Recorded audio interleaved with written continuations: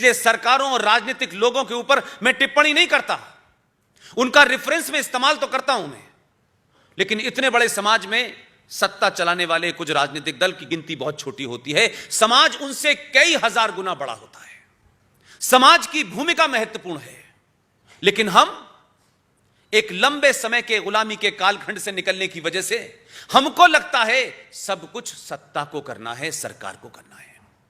हम यह भी भूल जाते हैं कि हमने सरकार चुनते क्यों हैं, हम सरकार से चाहते क्या हैं, सरकार को क्या करना चाहिए, यह भी शायद हमें पता नहीं है।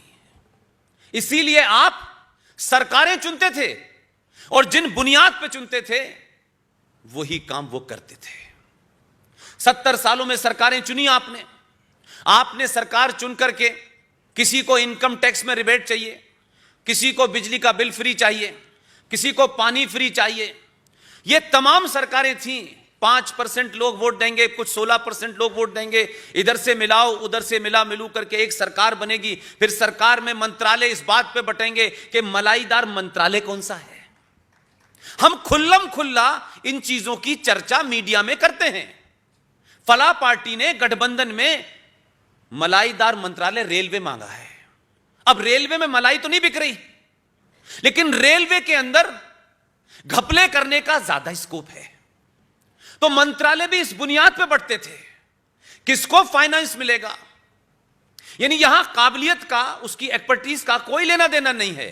15 पार्टियों की सरकार बनेगी तो यह तय होगा फाइनेंस किसे दो तो वो संतुष्ट हो जाए, जो असंतुष्ट है उसको कुछ और पकड़ा दो, जो नहीं कुछ बोल सकता उसे आप टूरिज्म पकड़ा दो। जिस देश में सरकारें इस बुनियाद पे बनेंगी वो राष्ट्र को बचाने के लिए कभी काम नहीं करेंगे। आपने उनकी जड़ में जो बातें कही हैं वो वही पूरा करते हैं। इसलिए उनके डीएनए के अंदर और एक बहुत बड़ा वर्ग इसमें तैयार हो गया जिन्हें लगता था इसी बुनियाद पे देश चलेगा। जब बीच बीच में हमारी निजी जरूरतें पूरी हो जाती थी तो हम कहते थे कि देखो यार सरकार आई है, ये कोई बड़ा काम नहीं कर रही, ना 370 हटाती, बार बार वादा करते हैं। हमने क्या कभी 370 हटाने के लिए सरकार चुनी थी 70 सालों में? ईमानदारी से कहिए हमने नहीं चुनी थी। देश तो वैसे भी चल रहा था, टुकड़ों में चल रहा था, कुछ घिसट घिसट के चल रहा था। ऐसे भी यह देश चल रहा था कि हम 130 करोड़ की आबादी के देश, दुनिया के सबसे बड़े लोकतंत्र को एक दिन और एक मिनट के लिए भी इस बात पे लज्जा और शर्म नहीं आई कि सनातन संस्कृति के मानने वाले, हजारों साल दुनिया को अपना ज्ञान देने वाले लोग, हमारे देश का विदेश मंत्री यूएनओ में जब उसकी बारी आती है कि वो अपने देश का रुख रखे, अपना पॉइंट ऑफ बताए, कैसे कैसे बौनों को आपने चुना। एक भारत का विदेश मंत्री यूएनओ पे माइक पे जाकर के आधा भाषण टर्की का पढ़ने के बाद उसे पता चला कि ये तो टर्की का है। हम ऐसे बौनों के हाथ में हमने देश दिया है और हम राष्ट्रीय गौरव की बात करते हैं जिन बौनों को आपने बैठाया, इसीलिए पूरी दुनिया ने आपको कमजोर और बौना समझ लिया। उनको लगने लगा ये देश ऐसे ही है, और ऐसे ही है तभी ऐसे ऐसे लोग इसमें चुन के आते हैं कि एक प्रधानमंत्री हर मीटिंग में सो जाते थे। इस देश में एक ऐसा रक्षा मंत्री हुआ कि रक्षा मंत्री को एक प्रेजेंटेशन देना था। तीनों सेनाओं के बेहतरीन लोग मौजूद थे क्योंकि रक्षा मंत्री थे। उसमें से एक बेचारे छोटे से अफसर ने रक्षा मंत्री को एड्रेस करते हुए कहा कि रक्षा मंत्री अब हम पावर पॉइंट प्रेजेंटेशन करते हैं। रक्षा मंत्री अपनी कुर्सी से खड़े हो गए। आपसे किसने कहा है बिजली विभाग में अपना दखल देने के लिए? वो बेचारा मेरा ख्याल है पता नहीं खड़ा रह पाया होगा कि नहीं रह पाया होगा। उसकी मानसिक दशा क्या हुई होगी उस बेचारे अफसर की। वो ये नहीं समझ पा रहा था इन्हें कहां से समझाना शुरू करूं मैं। वो लगातार 5 मिनट तक धारा प्रभा बोलते रहे, आप रक्षा मंत्रालय के लोग हैं, अपना काम करें, बिजली विभाग और पावर मंत्रालय में आपका क्या काम है। मैं ये घटनाएं इसलिए सुना रहा हूं, इससे कुछ देर के लिए हम हंस सकते हैं, लेकिन राष्ट्र के रूप में इससे ज्यादा शर्म की बात नहीं हो सकती। कैसे कैसे हमने लोग चुने हैं और किससे बहुत सारे हैं। इसलिए मैंने कहा कि आप पहली बार इस देश में, ना हम 1947 में थे, ना धारा 370 हमारे सामने दी गई, ना आर्टिकल 35 पे हमारे जमाने आया। हम तो यही सुन रहे थे सालों से, 370 हटनी चाहिए, 35 पे हटनी चाहिए, राम मंदिर पे फैसला कब आएगा, ये सुनते सुनते हमारे माता पिता, मां जीवित हैं, वो पिता हमारे जा चुके हैं।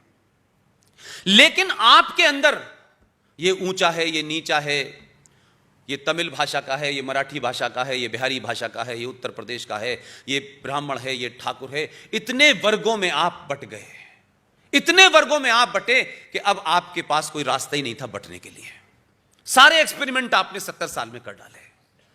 और जब आपको इस बात का बोध हुआ, आप जब इस मनन और आत्मचिंतन करने लगे कि आखिर हम जैसी कम्युनिटी का, समाज का ऐसा बुरा हाल क्यों हुआ, और थोड़ा सा बोध हुआ, इसमें आपके विरोधियों का ज्यादा बड़ा रोल है, जिन्होंने रोज आपको सुबह उठ के सूर्य नमस्कार से पहले गाली देना शुरू की और जब तक अस्त नहीं हो गया तब तक आपको खूब गालियां दी। उन्होंने भर भर के इस समाज को गालियां दी, नए नए शब्द ईजाद किया आपको लेकर के, लेकिन आप उन गालियों का जवाब, उस इंसल्ट का जवाब आपके पास देने की शक्ति नहीं थी, क्योंकि आप शक्तिहीन कर दिए गए थे मानसिक रूप से, शिक्षा के माध्यम से, इतिहास के माध्यम से। कोई इतिहास में आपका ऐसा कालखंड दिखाया नहीं गया जिसमें इस 90 करोड़ लोगों को अपने इतिहास पे गर्व हो, अपने पूर्वजों पे गर्व हो। शिक्षा के अंदर कोई बात ऐसी नहीं बताई गई जिससे यह सोचे कि जिस चित्र गुरुकुल को भारत के संविधान में छापा गया था, आखिर वो गुरुकुल क्या थी और कैसी थी। और हमने अपने खामोशी के कारण 70 सालों में इस देश के प्राइमरी एजुकेशन को क्रिश्चियंस के हाथ में सौंप दिया। हम इतने महान लोग हैं कि हमारे यहां बेटा या बेटी जन्म लेता है, हमें अंग्रेजी बोलना आधुनिक दिखना और अंग्रेजी से यह मान लेना कि जो अंग्रेजी बोलता है वो सबसे बड़ा ज्ञानी होता है। इस मानसिकता ने आपके घर में बेटा या बेटी पैदा हो, उससे पहले आप सीट बुक कराने चले जाते हैं सेंट स्टीफन में। क्या आपने अपने बच्चों को घर पे अपनी बात बताई, अपना इतिहास पढ़ाया? नहीं। हमारे घरों में तमाम जो हमारे आचरण थे, जो व्यवहार था, उस सब को हमने हीन भावना में कन्वर्ट कर दिया। इस देश ने इतिहास वामपंथियों के हाथों में दे दिया, जिसमें अकबर भी महान है, जिसमें शिवाजी एक पहाड़ी चूहा है। मेरे और आपके सामने इस देश की मनोरंजन और एंटरटेनमेंट की इंडस्ट्री जिहादियों के हाथों में दे दी आपने। आज जो नैरेटिव बन के वहां से निकल रहा है, आज जो नैरेटिव क्रिएट किया जा रहा है, उसमें तैमूरी पैदा हो सकते हैं। यह घटना कहां से चली, इसका भी आपने कभी एनालिसिस नहीं किया। यह किसी की निजी चॉइस है, कौन किससे शादी करे और अपने बेटे का क्या नाम रखे, मुझे कोई फर्क नहीं पड़ता। लेकिन गुलशन कुमार की हत्या, यह गुलशन कुमार की हत्या नहीं थी। भारतीय फिल्म इंडस्ट्री के अंदर गुलशन कुमार की हत्या एक सभ्यता को समाज करने